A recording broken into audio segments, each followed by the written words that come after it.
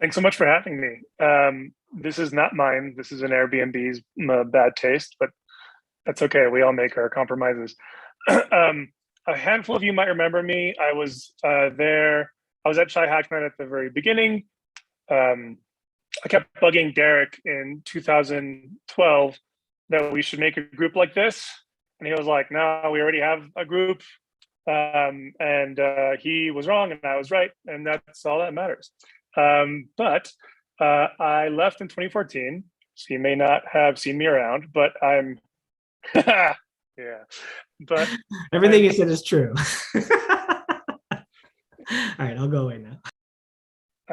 But I'm incredibly proud of the fact that this has grown into such an amazing group and that it's still around. I mean, it's really mind blowing. And so I want to give a big thank you to absolutely everybody who's made it what it is and who's ever shown up to a meeting and who's on the board and who's dedicated so much time to it. The only silver lining of us doing this on the interwebs is that I get to actually attend, which is pretty cool. So maybe I'll do it a little more often. And okay, so with that preamble, I will share my screen.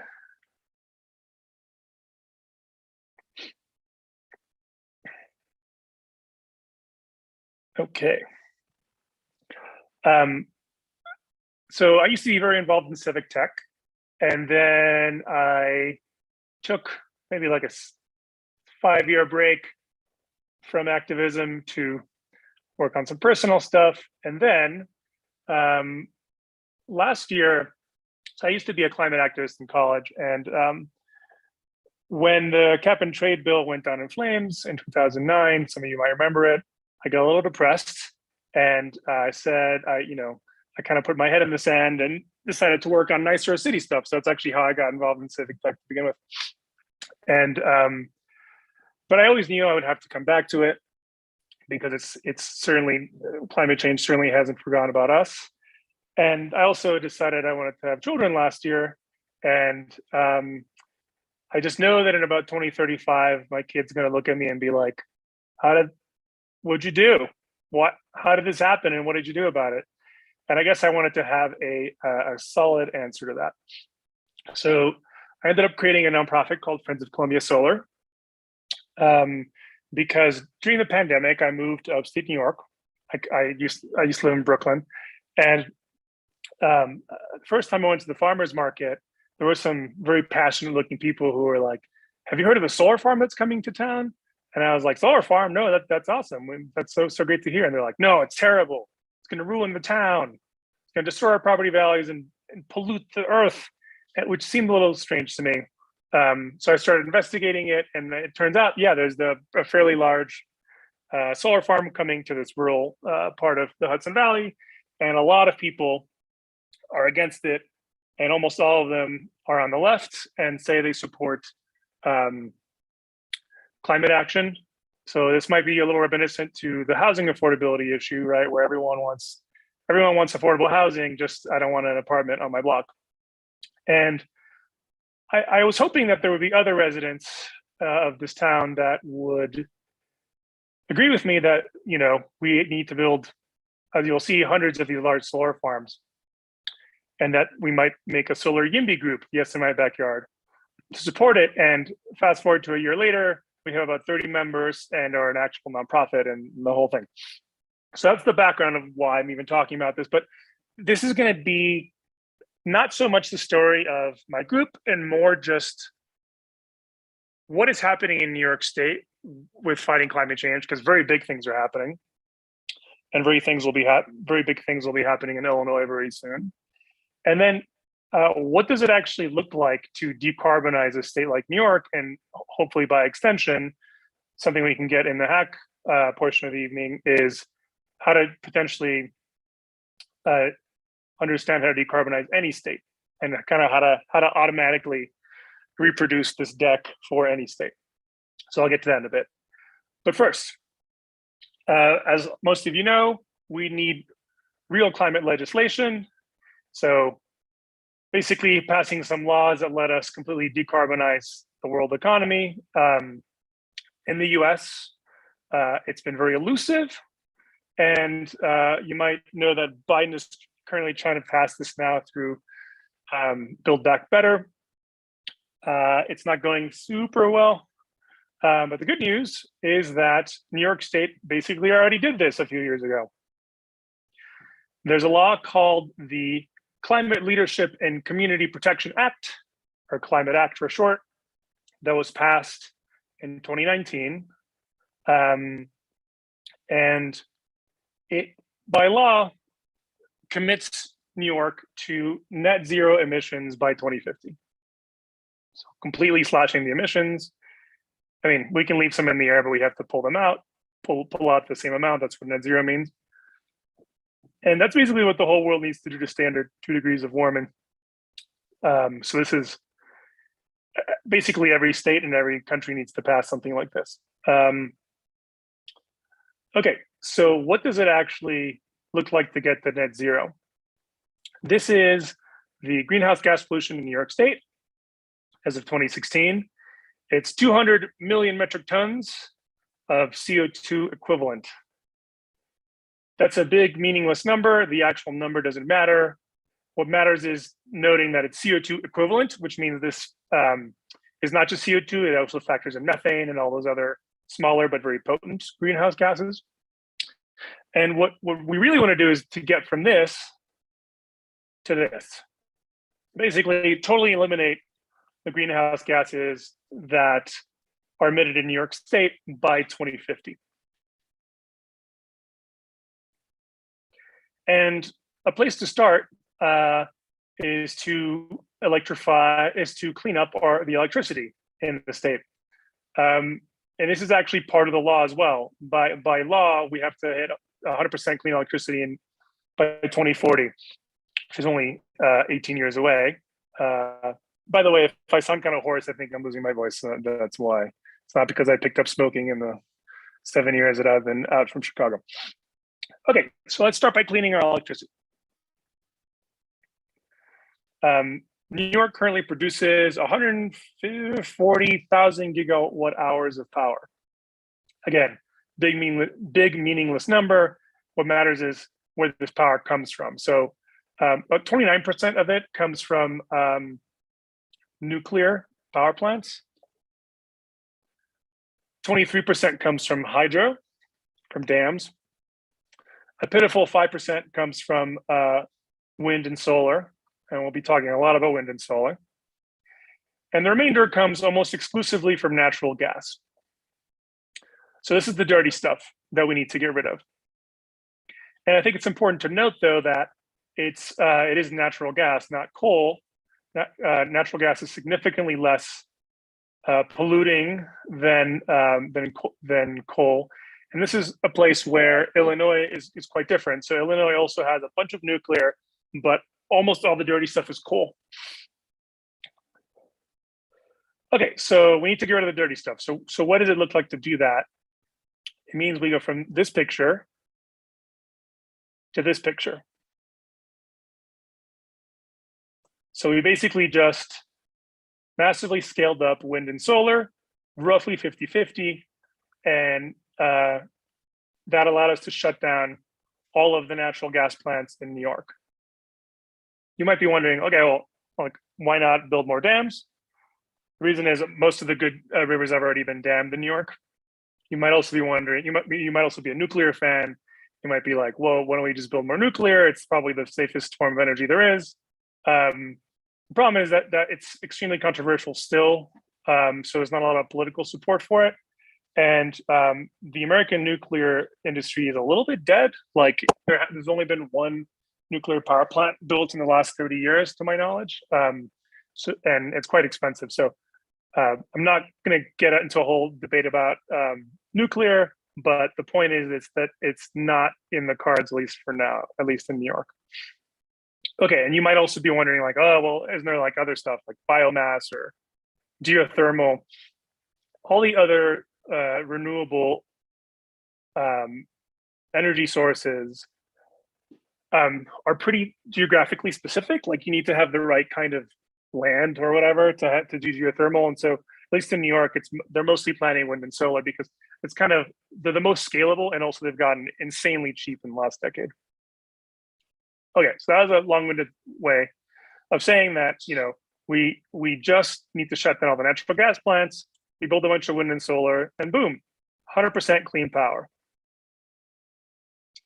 So let's see how many emissions we were just able to reduce. Only 15%. This really surprised me when I first saw this because, you know, you think climate change, you think smokestacks, but in New York State, it's only about 15% of the emissions. Nationally, it's a little more than that. Part of why it's so low in New York is, again, we have more than half of our electricity is produced cleanly. But that means that we now need to look elsewhere to get rid of these emissions. So next we can think about buildings. Every building is kind of like a miniature power plant in that it actually they burn fossil fuels for heat, right? So you might have something that looks like this on the side of your apartment or the side of your house. That's bringing natural gas to your basement where it's being burnt. And that's how the water and air in your building are warmed for the most part. The problem is we actually don't know how to make clean natural gas or clean heating oil to just replace this. So we need to figure out something else. But we do know how to make clean power. It's actually the only kind of clean energy source we really know how to make. So this suggests that we need to electrify all the buildings. What does that mean exactly? So this is what's called a heat pump. Some of you may be familiar with this. It's an outdoor unit. It's basically like a air conditioner that heats instead of cools. And the way it does that is through the magic of physics, pulls any ambient heat in the environment from this outdoor unit you see there, and then pushes it into the indoor unit. I just got this done in my house actually, and they're pretty sweet. They work really well, and they also air condition and dehumidify. Anyway, you'll be seeing a lot more of these soon. Very important to know about them. So we do this for all 6.2 million buildings in New York because we have a magic wand, so we can do that. And let's see how many emissions that gets us. Another 30%. That's actually pretty good. And that brings us almost halfway to our target. But we need to keep going. And as everyone knows, all vehicles burn fossil fuels to get around. But just like the natural gas case, we don't know how to make clean gas or diesel. So, but we do know how to make clean power, clean electricity, which means we need to electrify the cars. You're seeing a pattern here. All nearly 5 million of them, but that's fine. We have our magic wand, so everybody wakes up and their garage looks like this, and we can do smart things like retrofit street lamps to become charging stations for people who don't have garages. This is from a startup called Voltpost, which is pretty cool. And so now, overnight, you know, everybody has an electric car. We figure things out for trucks too, which probably will have to use fuel cells, but whatever, like we do it. So let's see how many emissions that saves us. More than a third. So that's great. So now we're at 66, 76, 81%. So that's most of the problem right there. Three weird tricks, and we're most of the way there. I'm sure you're wondering what the remainder is. It's a bunch of small things, but like there's landfills because trash rots and releases methane. Farming, some people know, also releases emissions in two ways. One is when you till the soil, all the CO2 that the crops had sucked out of the air and stuck in the ground for you get re-released. So that's not great. There's people working on what's called regenerative farming, which is trying to turn farms into a sink for carbon rather than a source of carbon. And then of course there's cows. And no, it's not the cow farts, it's the cow burps. I know it's less funny, but that's the truth. Cows burp methane. And then factories, industry. Like we don't know how to make cement without producing CO2 as a chemical byproduct. And that's separate from the energy we need to smelt to produce the concrete. Like aluminum is similar. You need to create you need to have incredible heat in order to be able to smelt the aluminum, and that isn't going to be easy to electrify. But anyway, so the point is that like there's a long tail of small things, but there's really three big things. And this brings me to my little soapbox moment, which is I kind of think we overcomplicate climate solutions. So this is from Project Drawdown, which is the most comprehensive plan to fight climate change that's been developed so far. And they have 80 solutions, which includes reducing food waste, getting everybody to stop eating hamburgers, educating girls, having fewer children, managing grazing. I mean, it's like super comprehensive. The problem with this is, and I mean, let me say the problem. Like, I think this is really good work, but what happens with this sort of vision of how we solve the problem is that, one, it's overwhelming. I can't remember more than 3 things, and neither can a society. Like, can we really coordinate 80 things globally? It seems kind of hard, especially it seems like it's a good recipe for confusing people about what we need to do.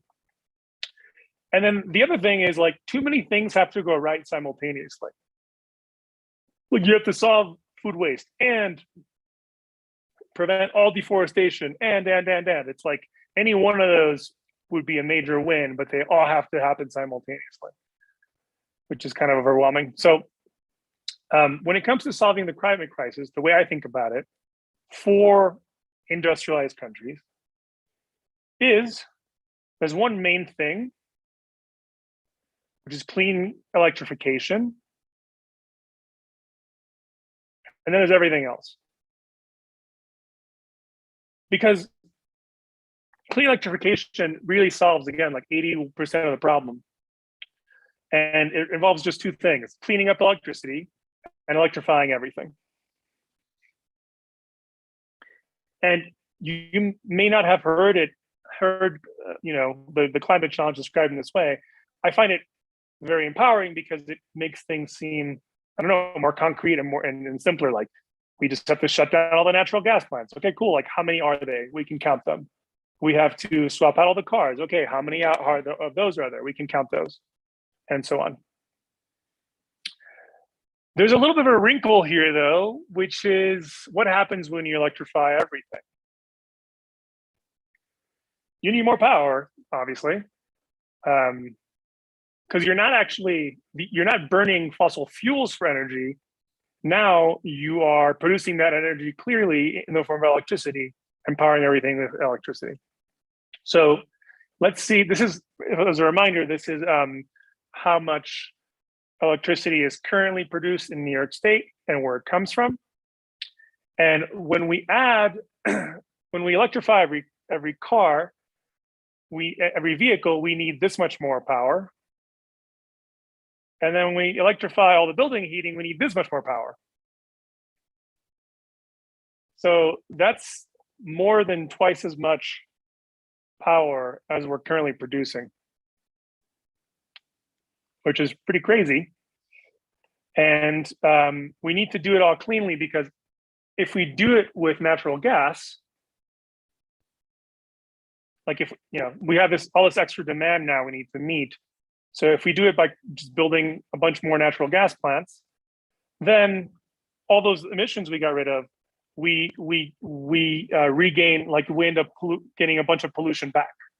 It's almost like we're transferring the pollution that used to come directly from your tailpipe or from your chimney, and then just moving it to a natural gas plant that is creating the electrons to power your heat pump in your car. So that's not acceptable.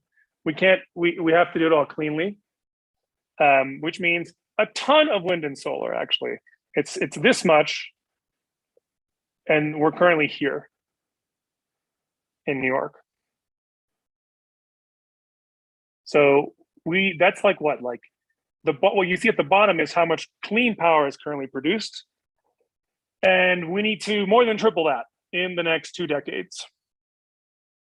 And that's a whole lot of clean power. And so this is why clean electrification has to go together.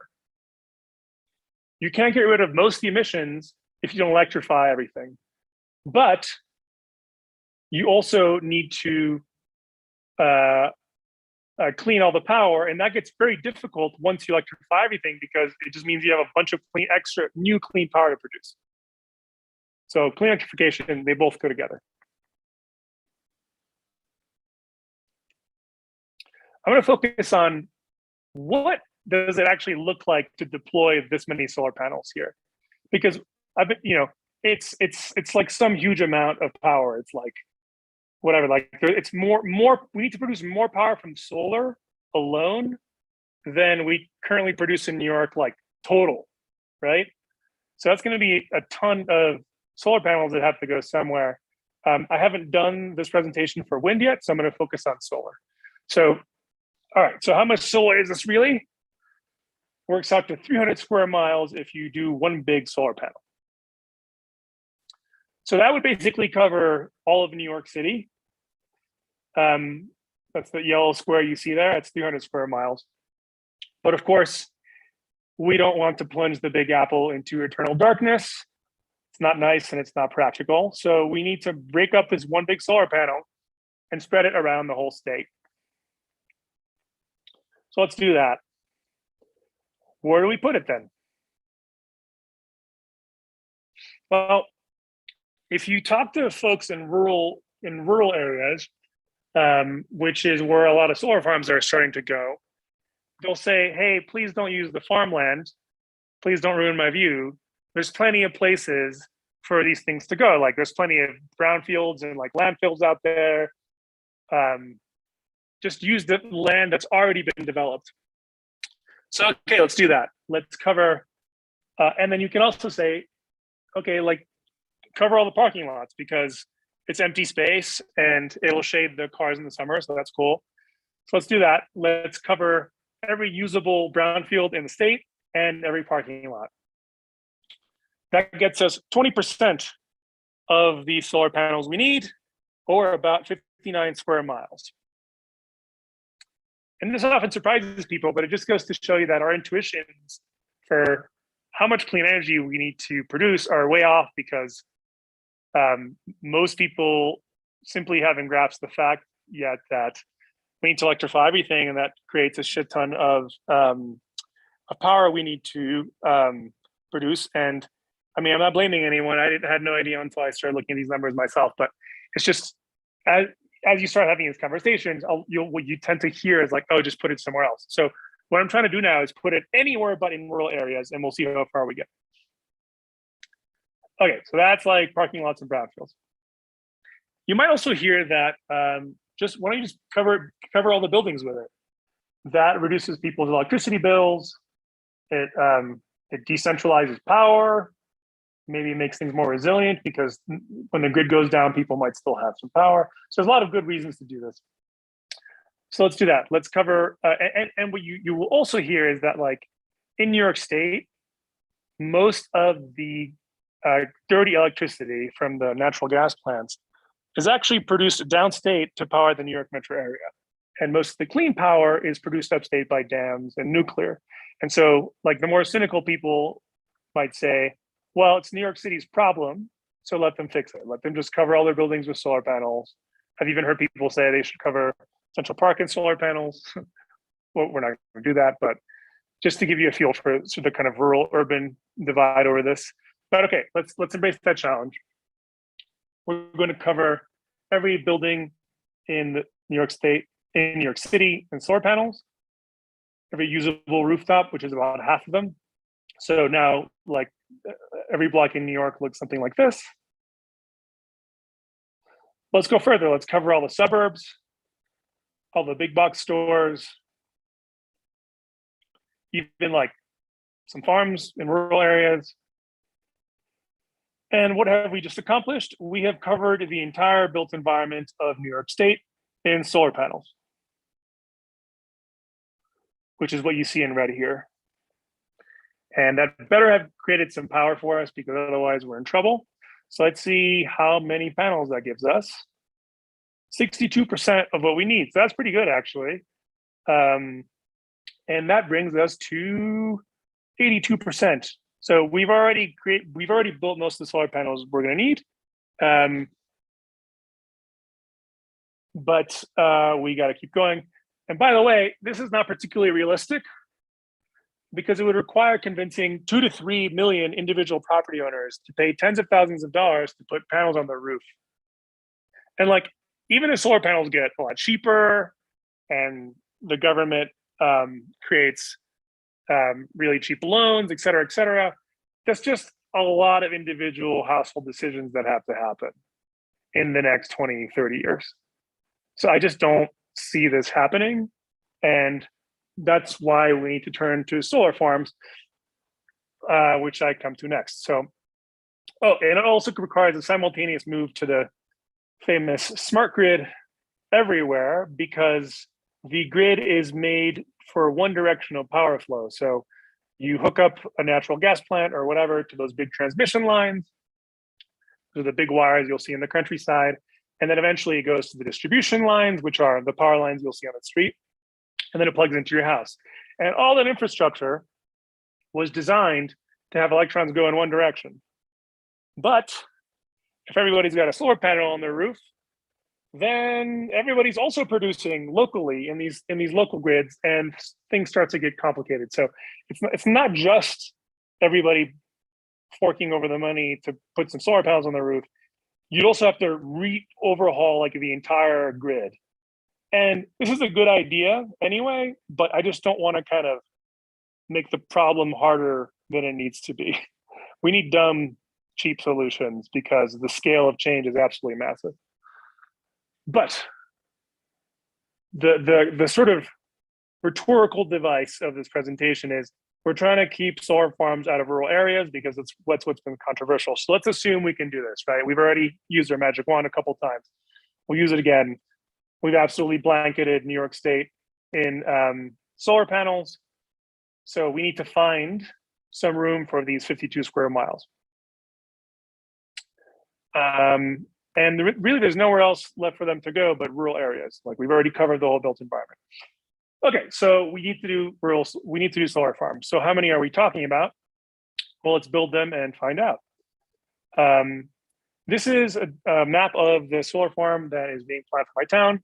It won't mean much if you're not from there, but just to give you, like, here on the corner, that's a football field.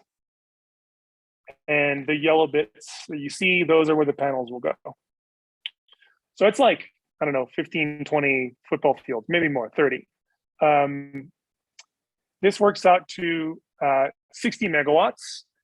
That's kind of like the designation you'll hear. A lot of people say this is a massive solar farm, but it's actually medium sized. Big solar farms are around 600 megawatts. But a lot of people say that Shepherd's Run, which is the name of the farm that's being planned for my town, a lot of people say that that's already too big. So just for the sake of argument, let's cap our solar farms at 60 megawatts, which is around 80 acres of panels. We can't make them any bigger because people will freak out. So we'll keep it at 60 megawatts and see how far that gets us. So each green dot you're about to see is a single 60 megawatt solar farm. And just to give you a sense of how onerous it is to currently build these things, this one has been in planning since 2017, and it won't be built until 2023. So it's 5 years to get this done, if it survives the planning process. And I'll talk about that in a bit. Okay, so each green dot you're about to see is like a big deal, is what I'm trying to say. So here's an animation of New York State. So those are the green dots, are that we're building those solar farms everywhere. It's 2030 and we've already built 130 of them. they're going only in rural areas, not in the red parts, which we already covered in solar panels. That's the built environment. And also not in forests. That's why you'll see a big blank spot up there where the Adirondack forest is. But as you can see, basically every rural community is starting to have at least one of these things. Because that's kind of that's the spoiler, is that like we just have like a profound amount of solar to build. And remember, this is just the solar half of what we need to build. I'm not even talking about wind right now. All right, so we just built 461 solar farms, medium-sized solar farms. Here they are again. And we did it. We now have all the solar we need to electrify everything, and we've solved most of the climate problem. But there's a catch. You knew this was coming. Towns across the state are starting to make even 60 megawatt solar farms illegal, because as you might know, zoning is a local thing, right? So a lot of towns are saying, no, we don't want these big things coming to our town. Make it a lot smaller. And this is the case in the town of Kopek, which is my town. That's where that solar farm is going to go that I showed you. And the law there only allows 10 acres of panels per parcel, which is what's called community solar scale. So that's much closer to 5 megawatts. So it's like 10 times smaller than what we're talking about. That's what a lot of towns want to see, is like something, a kind of small is beautiful thing that won't be an eyesore. So again, if we build them at a medium size, we need almost 500 of them. If we build them at 5 megawatts, we would need 5,532 of them, which is just absolutely impossible to pull off. And also very wasteful, because you make power very expensive that way, because you're not using economies of scale. But let's think about, let's think the more reasonable thing and make them medium size, right? 461. So to pull this off, we need to be building about one medium-sized solar farm a month, every month for the next 30 years.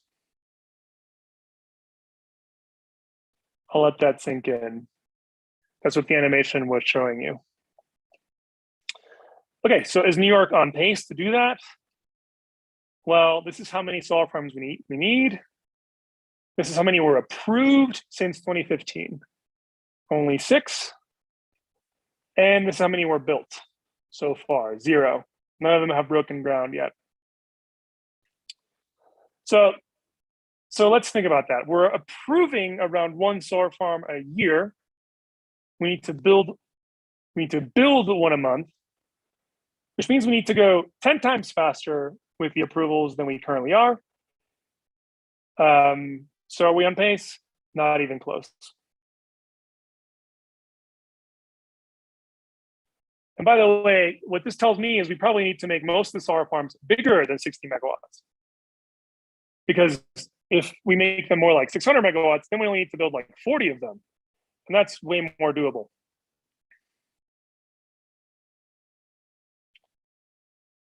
Okay, so at this point, depending on who you are, you might have one of 2 reactions. One is like, wow, this presentation has made me feel that climate change actually is pretty solvable. Like, we just need to swap out a bunch of machines. It's all about the machines. Just turn off the gas plants, put up some panels, give everybody a nice Tesla, and then we're most of the way there. Or you might be like, we're completely screwed because the scale of what needs to happen is totally crazy given the time we have, which is only a couple of decades. I just want to say at this point that it is a lot of solar. I mean, it is. However, we could do it all next year if we really wanted to. It's less than 1% of the area of New York State. Like, we can afford it. We can deploy it. The grid would be fine if we did it. Put most of the panels in a centralized solar farms rather than on people's roofs. Like, it can work and we can do it. So the sheer amount of deployment we need to do is not actually the biggest obstacle to getting this done. The big obstacle, as you might have been guessing, is local opposition. So let me break it down. So there are currently 36 what are called utility scale solar farms. So those are the medium ones or big ones that we've been talking about. There's currently 36 of them that are planned for New York State. Of those, almost half of them have active opposition groups, and 8 have supporter groups like mine. Okay, well, so those are just neighbors. What about the elected officials? In the case of Shepherd's Run, which is again the solar farm that's being planned for my town, the town board is against the project, even though they're all Democrats. Or rather, they're not all Democrats, but the majority is Democratic. Our state senator is Republican, so unsurprisingly, she's against. And our state assembly member, who is a Democrat, is also against it. Her name is Dee Barrett. And what's weird is she co-sponsored the climate law. So not only did she vote for it, she actually co-sponsored it. And now she's against the first utility scale solar farm in her district. She wants it to be a lot smaller. Okay, but you might be wondering, what can opposition groups and elected officials really do? Can they actually prevent these things from being built? Well, it's an interesting answer. So the state knows that we need to pick up the pace. And so they passed a companion law to the Climate Act called the Accelerated Renewable Energy Growth and Community Benefits Act. And what it does is it puts in place some new regulations that are supposed to speed up the process. So it shouldn't take 5 years to get a yes or no on a solar farm being built. It should take a lot less than that. So what's interesting is that if your solar farm is above 20 megawatts, so if it's a medium-sized solar farm, the town actually can't approve it. Only the state can. And part of the deal is if the local zoning it says that a solar farm that big is illegal, the state can actually overrule the town. That's what this new law puts in place. And as you might imagine, that's caused quite a stir because traditionally in New York State, land use issues like where should solar farms go are considered municipal issues and are under the jurisdiction of home rule, but this kind of overrides that. And so it's been controversial, but it's extremely necessary, as you could see from the previous map. And the town of Kopek actually sued the state over these regulations. So they don't just want to keep the solar farm out of Kopek, they want to slow it down everywhere. They might not be aware that's what they're doing, but that's the net effect, as you can probably see from how off pace we are. So this is the actual lawsuit. And there's the town of Kopek. Bizarrely, there were also a bunch of birding groups that were involved in the suit because they don't like wind farms because they kill birds, which is true. But I think you have to keep it in perspective because house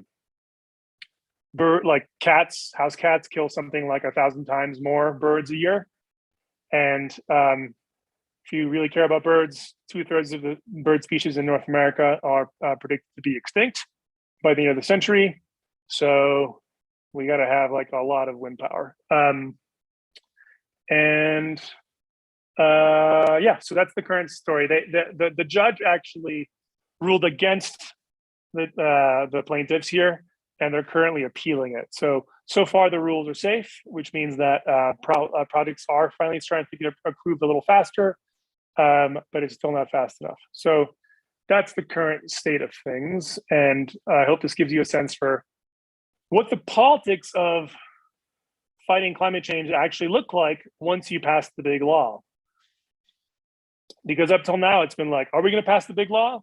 No, fossil fuel interests and the GOP doesn't want to pass the big law. What are we going to do? Well, eventually the big law does get passed And then basically it all turns into 1,000 little land use battles. And that's a problem. And that's the reason that I created my group, is that we absolutely need to avoid every one of the, we have to build so many solar farms, no matter how we deploy the solar panels, that we cannot have every one of these things become a big fight the way it's become in Copig. We absolutely need to have this stuff go faster. And so I started my group in order to figure out how to do that. Is it about persuading people?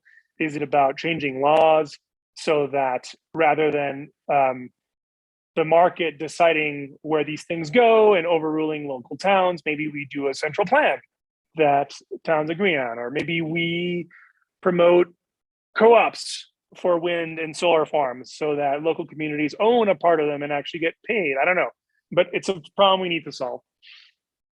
Okay, so I just want to recap how we go about decarbonizing New York State, which is really going to be a similar story to how we decarbonize most of the US, especially the places that are cold. So we need to do clean electrification. That requires building a ton of wind and solar, which is doable.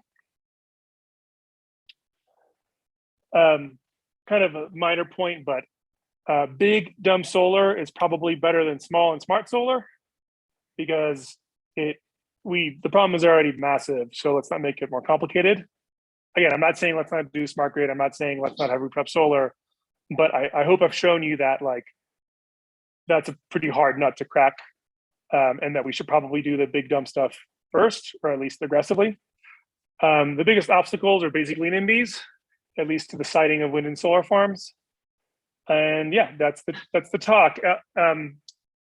If you want to learn more about this stuff, this whole point of view of like, oh, we should think about climate from a clean electrification point of view, that all comes from this guy, Saul Griffith, who's an engineer, and he just wrote a book called Electrify, which is excellent.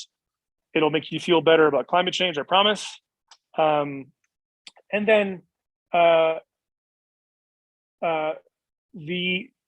wind and solar stuff, like all the charts where it's like, oh, we need to build that much wind and solar, that all comes out of a paper that was recently written from Richard Perez and et al.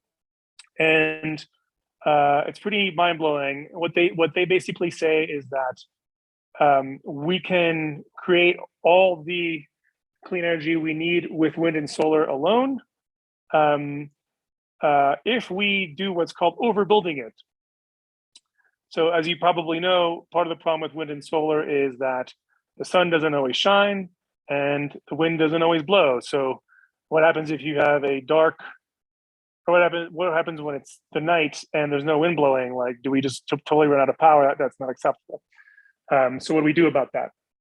So it turns out that so what people say are like, oh, we need batteries, right? We need to store all the stuff in batteries and then use it when there's no wind and solar. And that works really well for like day to night, or even like sunny day to dark day. But it doesn't work if you need to soak up all the rays of the summer in these massive batteries for the winter. It becomes insanely expensive. Like it becomes like something like 10 times more expensive than it is to produce power with natural gas. So it doesn't work. But it turns out that if you just build about 50% more wind and solar than you quote unquote need, then you can throw away that extra power in the summer, but in the winter you just have enough to power your whole grid. And actually you don't have to throw away that summer electricity. That's when you can do your Bitcoin mining or create green hydrogen or whatever. So anyway, I just wanted to say that like this whole presentation assumes this kind of overbuilding approach. It's not the only approach, but it is an interesting one. And I just wanted to lay my cards on the table. Okay, I hope this has been illuminating. You can get in touch with my group at that website, and feel free to shoot me an email if you're interested in this. Something that Derek and I have been talking about for a while is how do we take some of the work that I've been doing in New York and bring it to Illinois or beyond. Sorry, I'm looking for a thing. Yeah, I'll show it later. how do we bring it to Illinois and beyond? Because it might be useful to be able to kind of know all this stuff for every state. Like what exactly do we need to do? How many wind turbines? How many solar farms? Where do they go? And also to do the politics of this better, because the politics really are moving to the state and local level. And the energy transition is happening already, and it will happen anyway. Like clean electrification is going to happen because the technology is getting so cheap that it's just going to make more sense than fossil fuels. That's the good news. The bad news is the market's not going to do it fast enough. And so that's where we need policy to speed things up. And the big obstacle to policy, as everybody knows, is politics. So the big takeaway here is you should now have an idea of what it's going to take to decarbonize. And the next thing to think about is what exactly do we do with politics at the state and local level to get this to happen, since it's the federal level isn't going to get us all the way there, even if Build Back Better gets passed. And there's a bunch of stuff to talk about there that I can talk about in the Q&A. Okay, I've been rattling on for a long time, so I'm going to stop screen sharing and hopefully get some questions. Cool. Thank you, Juan-Pablo. Speaking of Q&A, we have no time. It's 8 o'clock now. And so I think rather than go long and start Q&A, I know there are a number of questions in the chat. I think maybe we just turn this over to the breakout group conversation and have that conversation over there. That's probably just the easiest thing to do. So thank you again for presenting. It was really illuminating. And I'm sure, yeah, we'll have a really awesome and hopefully productive conversation afterwards. So we'll go ahead and wrap up the live stream now and then switch everybody over to the breakout event. Josh, could you maybe share your screen and show the bit.ly link again? And we'll share that for everybody as well. But we're going to switch over to a separate Zoom call. So you can go to, and we'll drop this in the chat as well. It's bit.ly/CHN remote Zoom. So we'll all go over there. You get to see some friendly faces, including mine and Juan-Pablo's. And then we'll keep the conversation going over there. So again, thanks. And Claire, anything else that we got to do? 2 more things. One, tonight's broadcast will be posted in the coming days on Tri-Hack Night's YouTube channel. And then got to do the other thing. Do the other thing. So right. Stay safe, take care, and go forth and hack.